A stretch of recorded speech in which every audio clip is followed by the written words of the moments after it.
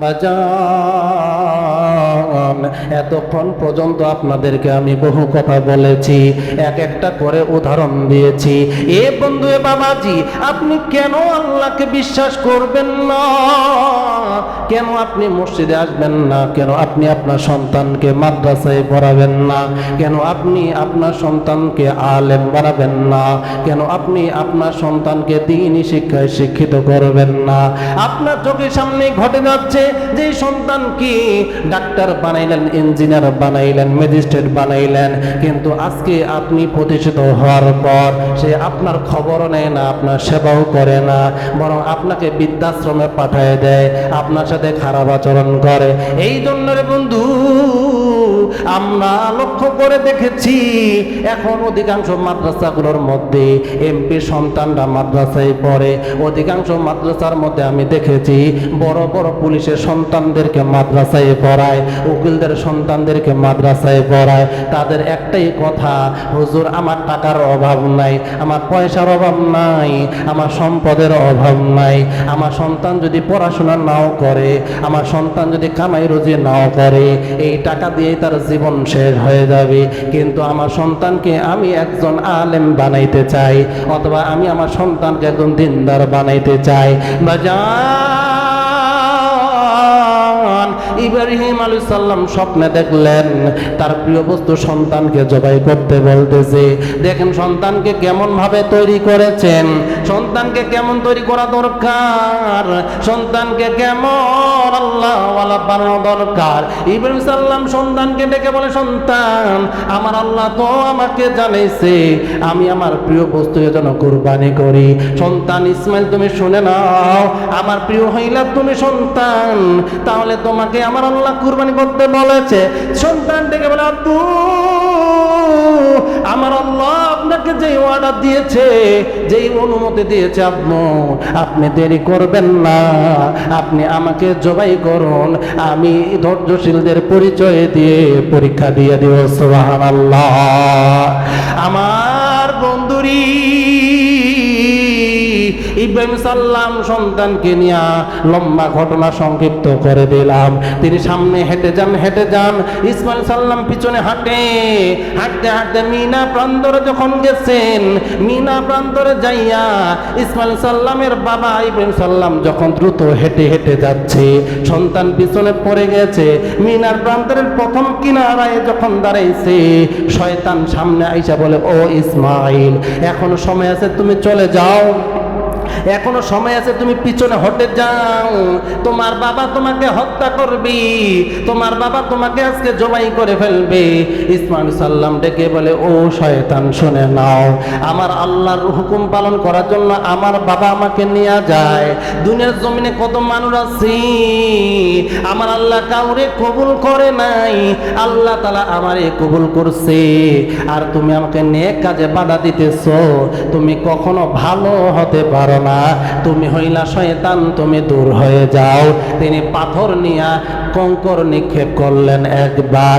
এ বন্ধু, এইভাবে যখন আবারও সামনে বেড়ে গেলেন, খুব খেয়াল করে শুনবেন, আপনার সন্তানকে যদি আলেম বানাইতে পারেন, আপনার সন্তানকে আলেম নাও বানাইতে পারলে, যদি দিনদার বানাইতে পারেন, 5 ওয়াক্ত নামাজি বানাইতে পারেন, যদি আলেম ওলামাদের সোহবতে রাখতে পারেন, এই সন্তান কখনো খারাপ ব্যবহার করবে না, এই সন্তান বৃদ্ধ বয়সে বাবা মাকে কষ্ট দিবে না, যদি ভুলও কষ্ট দিয়ে ফেলে তওবা করবি, রাতের বেলা আইসা মায়ের পা ধরে বলে, মা গো,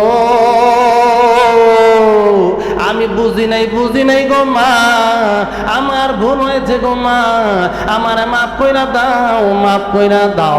এ বন্ধু, সন্তান যদি আপনার দিনদার হয়ে যায়, তাহলে বাবা মাকে কখনোই কষ্ট দিবে না, কারণ কষ্ট দিয়ে ফেললো, রাতের বেলা গোপনে আইসা আপনার কাছে মাপ চাবে। ইসমাইল সাল্লাম যখন আবারও সামনে বেড়ে গেলেন, দ্বিতীয়বার আবারও শয়তান আইসা দেখে বলে, ইসমাইল, আমি তোমার ভালো চাই, তুমি সুন্দর সুদর্শন একজন মানুষ, তোমার বাবা তোমাকে হত্যা করে ফেলবে, তুমি এখনই চলে যাও, হটে যাও, পিছনে চলে যাও। ইসমাইল সাল্লাম আবারও ডেকে বলে, ও ও মানুষ শুনে নাও, আমার আল্লাহ আমাকে এত মানুষের মাঝখান থেকে কবুল করছে, আমার বাবা আমাকে জবাই করতে নিয়ে যাচ্ছে, আমি আল্লাহর জন্য কুরবানি হব, তুমি আমাকে নেক কাজে বাধা দিতেছ, তুমি কখনো ভালো কিছু হতে পারো না, তুমি হইলা শয়তান, মানুষকে ধোকায় ফেলো। এইবার পাথর নিয়ে আবারও তিনি কঙ্কর নিক্ষেপ করলেন। দ্বিতীয়বার চলে গেল। ইব্রাহিম সাল্লাম ডুকরে ডুকরে কান্দি, আমার কলিজার টুকরাকে আমি 86 বছর বছর পরে পাইলাম, আবার 8 বছর সন্তানকে কাছে রাখতে পারি নাই, এখন সন্তান পাইছি, আল্লাহ তাআলা অনুমতি দিয়েছে জবাই করার জন্য। মনে ভ্রাক্রান্ত নিয়া সামনে তিনি যায় মাথা নিচু কইরা। তৃতীয়বার আবারও শয়তান যখন তাকে ধোঁকা দিয়া দিল, যারা হাজী সাহেব আছেন হজে যান, ওই জায়গায় কঙ্কর নিক্ষেপ করা ওয়াজিব করে দিয়েছেন। একবার নয়, দুইবার নয়, মিনা প্রান্তরে 3 বার কঙ্কর নিক্ষেপ করতে হয়।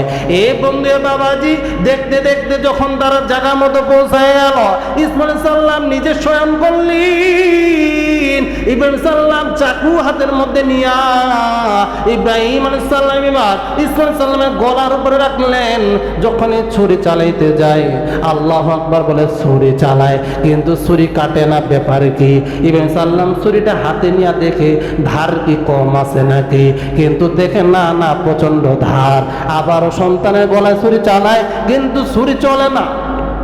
একবার দুইবার যখন এইভাবে চলতেছে, ইসমাইল সাল্লাম দেখেন কেমন সন্তান।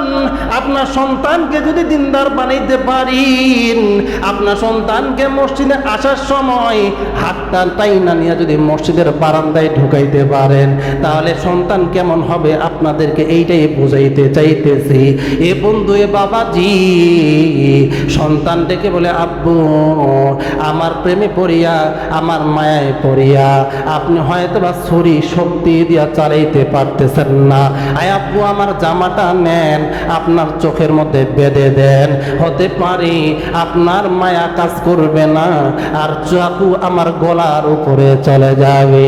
এইবার যখন চোখ বাঁধলেন, ইব্রাহিম সাল্লাম আল্লাহকে খুশি করার জন্য সন্তান যা বলে তাই করি, সন্তানকে জবাই করার জন্য চোখ বন্ধ কইরা কাপড় দিয়া যখন ছুরিটা আবারও চালাইতে যায়, আল্লাহ ডেকে বলে, জিব্রাইল আমার খলিল ফেল করে নাই, সে পরীক্ষায় পাশ করছে, জলদি করে তার কাছে চলে যাও। আল্লাহু আকবার। মুসলমান বন্ধুরি, জিবরাইল সাল্লামের শক্তি কত বেশি, কত বেশি। আপনাদেরকে কিছুদিন আগে বলেছিলাম, আল্লাহ রাব্বুল আলামিন তাকে যে 600 ডানা দিয়েছে, তার পাওয়ার এত দ্রুতগামী ছিল। কিতাবের মধ্যে পাওয়া যায়, এই জিবরাইল সাল্লাম দুনিয়ার জমিনে 3 বার খুব দ্রুত এসেছিলেন। তার একবার হইল তার 7 ভাই বা 12 ভাই মিলা ওই যে ইউসুফ আলাইহিস সালামকে কূপের মধ্যে ফেলে দিতেছিলেন, কূপের মধ্যে ফেলে দিয়েছেন।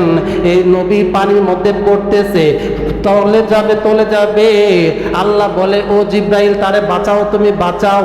ওই সময় তিনি 7 আসমান জমিন ভেদ কইরা এত স্পিডে দুনিয়া জমে এসেছে, নবীর পা পানি পর্যন্ত পৌঁছায় নেই। সুবহানাল্লাহ। দ্বিতীয়বার ইব্রাহিম সাল্লামের এই সমস্যা দেখিয়া আল্লাহ ডেকে বলে, জিবরাইল আমার খলিল পাশ করেছে, তাকে আমি জবাই করতে দিব না, জলদি করে যাও। জিবরাইল সাল্লাম দুনিয়ার জমিনে আসিয়া গাইবি আওয়াজ দিয়ে আল্লাহু আকবার। ইব্রাহিম সাল্লাম আল্লাহু আকবার শুনিয়া কোনো দিশা না পাইয়া তিনি জোরে বললেন আল্লাহু আকবার। এই আল্লাহু আকবার বলার শব্দের ভিতরে আল্লাহ রাব্বুল আলামিনের জান্নাতি দুম্বাকে ইসমাইল সাল্লামকে সরাইয়া, ইয়াকুব আলাইহিস সালামের মতো ইসমাইল সাল্লামকে সরাইয়া বাবার চাকুর নিচে দুম্বাকে ঢুকাই দিয়েছে।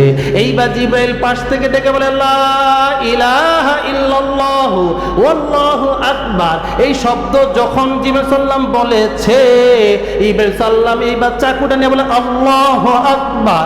এই জোরে যখন আল্লাহু আকবার বলেছে, হঠাৎ করে সে লক্ষ্য করে দেখে চাকু তো গলা ভেদ করে চলে গেল, রক্তের গরম হাতের মধ্যে লাগলো, সন্তানের মহাব্বত উতলায় উঠলো। তিনি চোখের কাপড় ছিঁড়ে ফেললেন, ছিঁড়ে ফেলে তিনি লক্ষ্য করে দেখে সন্তান পাশে দাঁড়াইয়া হাসে। আল্লাহ রাব্বুল আলামিন সন্তানের জায়গায় দুম্বাকে কুরবানি দিয়েছে। আল্লাহু আকবার। ওমরের মতো কত সাহাবী আছি যারা ওইভাবে নবীজির প্রেমে আশিক হইয়া জীবন দিতে প্রস্তুত হয়েছেন। বলছিলাম ইব্রাহিম সাল্লামের ঘটনা। আমার আল্লাহ রাব্বুল আলামিন ওয়ালা নাবলুওয়ান্নাকুম বিশাইইন মিনাল খাউফি ওয়াল জু'i ওয়া নাকসিম মিনাল আমওয়ালি ওয়াল আনফুসি ওয়াস সামারাত ওয়া বাশশিরিস সাবিরিন। ও নবী, আপনি বলে দিন, আমি আমার বান্দাদেরকে কখনো পরীক্ষা করব ভয় দিয়া, ভীতি দিয়া, সম্পদ নিয়া, সন্তান নিয়া, তারা যদি ধৈর্য ধারণ করতে পারে। ওয়া বাশশিরিস সাবিরিন, নবীজি আপনি বলে দিন ধৈর্যশীলদের জন্যই হইল সুসংবাদ। এই জন্য আমার আল্লাহ রাব্বুল আলামিন ইব্রাহিম সাল্লামকে পরীক্ষা করেছেন, আর পরীক্ষা উত্তীর্ণ হওয়ার সাথে সাথে আল্লাহ রাব্বুল আলামিন সন্তানের জায়গায় দুম্বাকে কুরবানি করে দিয়েছেন। সুবহানাল্লাহ।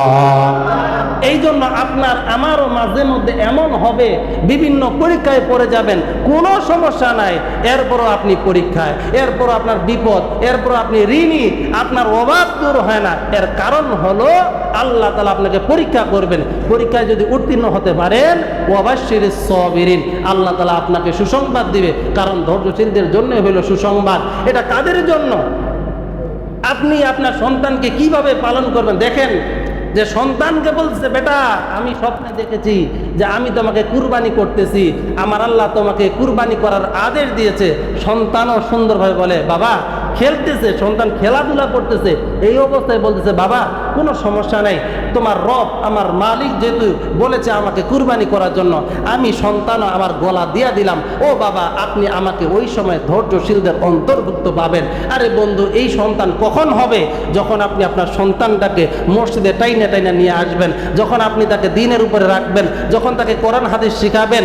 এমন হতে পারে এই সন্তানটা আলেম হবে না, এই সন্তানটা হাফেজ হবে না, কিন্তু দ্বীনি শিক্ষা তার ভিতরে ঢুকানোর কারণে এমন একটা সময় আসবে, যেই সময় আপনি বৃদ্ধ, যেই সময় আপনি অচল, এই সন্তান কখনো আপনাকে ফালাই দিবে না, আপনার সেবা যত্ন করবে, আপনার খেদমত করবে। কারণ সে শুনেছে আল জান্নাতু তাহতা আকদামিল উম্মাহাতি, সে শুনেছে হুমা জান্নাতুকা ওয়া নারুকা, সে শুনেছে মায়ের পদতলে সন্তানের বেহেশত, সে শুনেছে বাবা মার খেদমত করলে জান্নাত, বাবা মার সাথে খেদমত না করলে, কষ্ট দিলেই জাহান্নাম। সে এটা যখন শিখবে, তখন আপনার জীবনে আসবে এক সুখময় জীবন।